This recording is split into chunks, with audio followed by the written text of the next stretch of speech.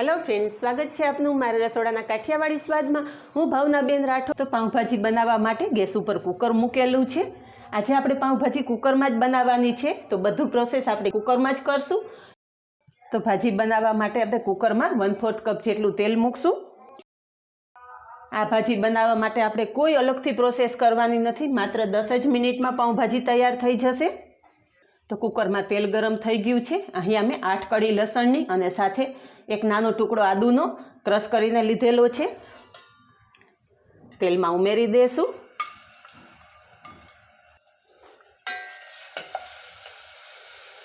આદુ અને લસણનો સ્વાદ ભાજીમાં બહુ સરસ આવતો હોય છે, એટલે આદુ અને લસણનું પ્રમાણ થોડુંક આગળ પડતું રાખેલું છે। અહીં આપણા આદુ અને લસણ એકદમ સરસ સંતળાઈ ગયા છે। 4 મોટી સાઈઝની ડુંગળી ક્રશ કરીને લીધેલી છે। ડુંગળીની પેસ્ટ પણ કુકરમાં ઉમેરી દેશું।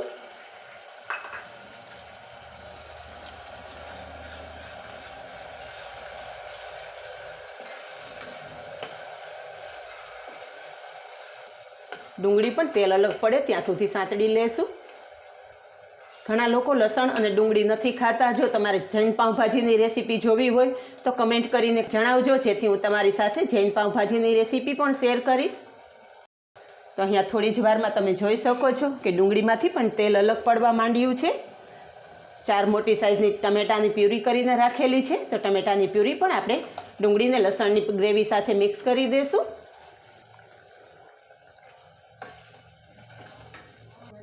અત્યારે શિયાળાની સિઝન શરૂ થાય એટલે લીલા શાકભાજી ખૂબ જ પ્રમાણમાં આવતા હોય છે, અને કાંઈ સન્ડે આવે કે કંઈ નાના મોટો તહેવાર આવે, દરેકના ઘરમાં પાઉંભાજી તો બનતી જ હોય છે, પણ પાઉંભાજી બનાવવા માટે ખૂબ જ લાંબી પ્રોસેસની જરૂર પડતી હોય છે।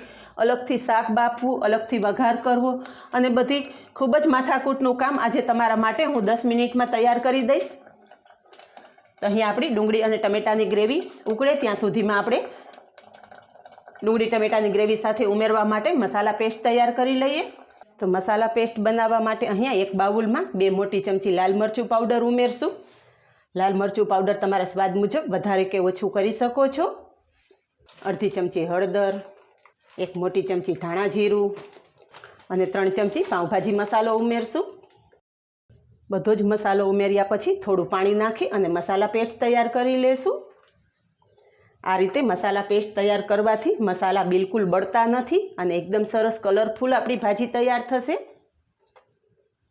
તો અહીંયા ભાજીમાં ઉમેરવા માટેની મસાલા પેસ્ટ તૈયાર થઈ ગઈ છે। થોડું વધારે પાણી ઉમેરશું।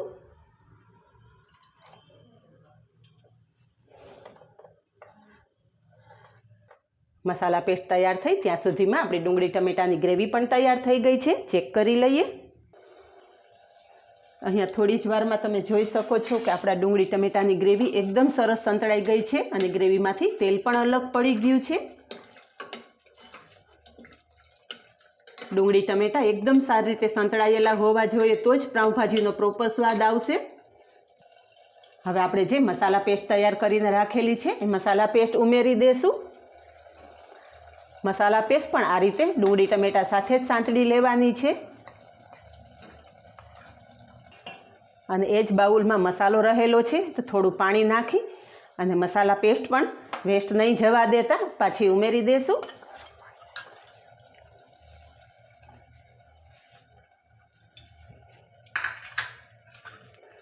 અને ડુંગળી ટમેટા સાથે મસાલા નાખ્યા પછી મસાલાને પણ સારી રીતે સાંતળી લેવાના છે।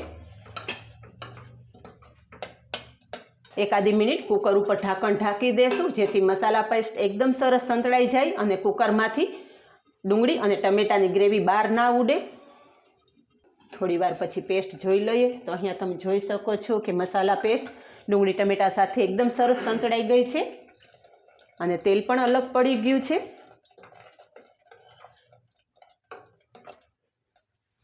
તો આપણે મસાલાની સાથે સ્વાદ પ્રમાણે મીઠું પણ ઉમેરી દઈશું।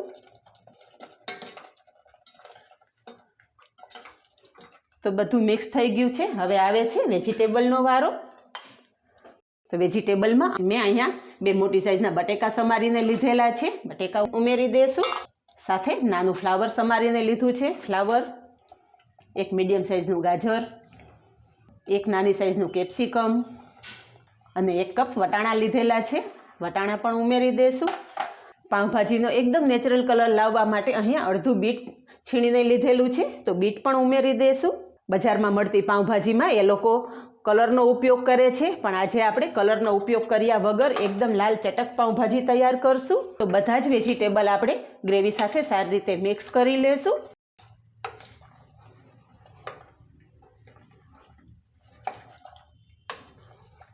ફ્રેન્ડ્સ, એક વખત આ નવી રીતે પાઉંભાજી બનાવજો, બધાને ખૂબ પસંદ આવશે.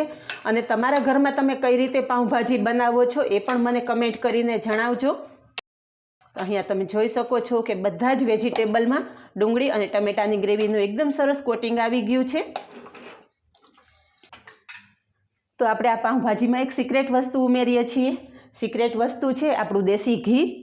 ફ્રેન્ડ્સ, તમે બટર નાખીને તો પાઉંભાજી બનાવતા જ હશો, પણ એક વખત આ દેશી ઘીનો ઉપયોગ કરી અને પાઉંભાજી બનાવો. પાઉંભાજીમાં એક અલગ જ ફ્લેવર આવશે અને ખૂબ જ સ્વાદિષ્ટ પાઉંભાજી તૈયાર થશે. તો આપણે 1 ચમચી દેશી ઘી ઉમેર્યા પછી દેશી ઘી પણ આપણે શાકભાજી સાથે સારી રીતે મિક્સ કરી લેશું. બધા વેજીટેબલને પણ ગ્રેવી સાથે સારી રીતે સાતળી લીધા પછી જ પાણી ઉમેરવાનું. અહીંયા બધા જ વેજીટેબલ એકદમ સરસ સંતળાઈ ગયા છે. તો આપણે વેજીટેબલની સાથે પાણી ઉમેરવામાં પણ ખાસ ધ્યાન રાખવાનું. આપણે વેજીટેબલ સાથે પાણી ગરમ ઉમેરવાનું છે. જો ઠંડુ પાણી ઉમેરશો તો સાતળેલા વેજીટેબલનો સ્વાદ થોડો ફીકો પડી જશે, એટલે આપણે ગરમ પાણી ઉમેરશું. અહીંયા હું 2 કપ જેટલું પાણી ઉમેરું છું. અહીંયા મેં 1.5 ગ્લાસ જેટલું પાણી ઉમેરેલું છે.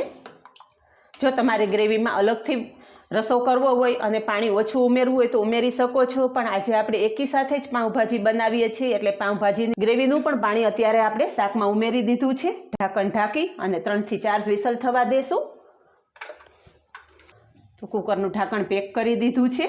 કુકરમાં વિસલ થાય પછી આગળની પ્રોસેસ કરશું. કુકરમાં 3 વિસલ થઈ ગઈ છે અને કુકરની હવા પણ એની મેળે રિલીઝ થઈ ગઈ છે.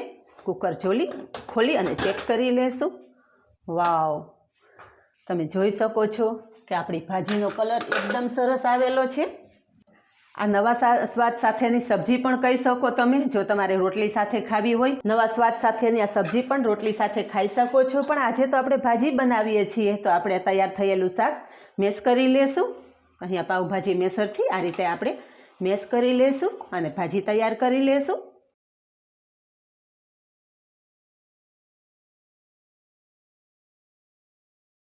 આ રીતે ભાજીમાં જો પૂરેપૂરું પાણી નાખેલું હશે તો તમારે એક્સ્ટ્રા કોઈ વસ્તુ ઉમેરવાની જરૂર નહીં રહે અને પરફેક્ટ ભાજી તૈયાર થઈ જશે.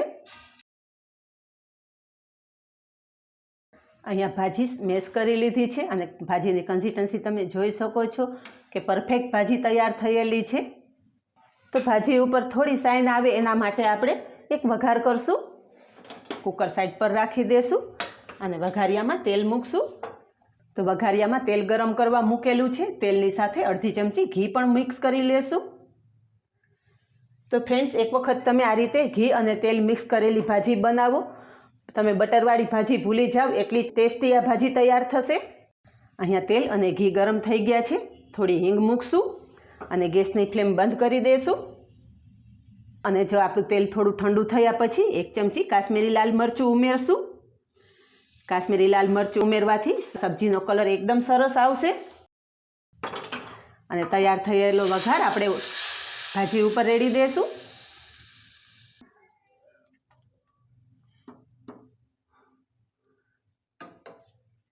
તો ફ્રેન્ડ્સ, જોતાં જ ખાવાની ઈચ્છા થઈ જાય એવી પરફેક્ટ ભાજી તૈયાર થઈ ગઈ છે. હવે પાઉં પણ શેકી લેશું. પાઉં શેકવા માટે આપણે નોનસ્ટિક તવો લીધેલો છે, તો 1 ચમચી જેટલું તેલ મૂકશું. તેલની સાથે થોડું ઘી પણ ઉમેરી દઈશું. ઘી અને તેલ તવા ઉપર આપણે આ રીતે ફેલાવી લેશું અને 1 ચમચી જેટલી ભાજી ઉમેરશું. ભાજીની સાથે થોડી કોથમરી પણ ઉમેરી દઈશું. બધું જ તવા ઉપર આ રીતે સારી રીતે ફેલાવી લેશું. અને હવે પાઉં શેકવા મૂકી દઈશું.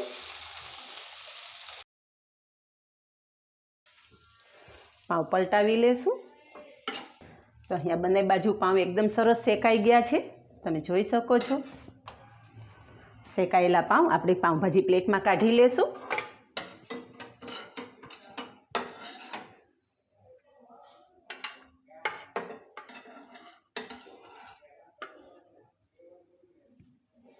ભાજીમાં વઘાર ઉમેર્યા પછી થોડીક બારીક સમારેલી કોથમરી ઉમેરશું અને અડધા લીંબુનો રસ પણ ઉમેરી દઈશું. બધું મિક્સ કરી લેશું. તો આપણી એકદમ સ્વાદિષ્ટ પાઉંભાજી તૈયાર થઈ ગઈ છે. તમે એનું ટેક્સચર જોઈ શકો છો કે બજાર જેવી જ થઈ છે ને. હવે તૈયાર થયેલી ભાજી સર્વ કરી દેશું.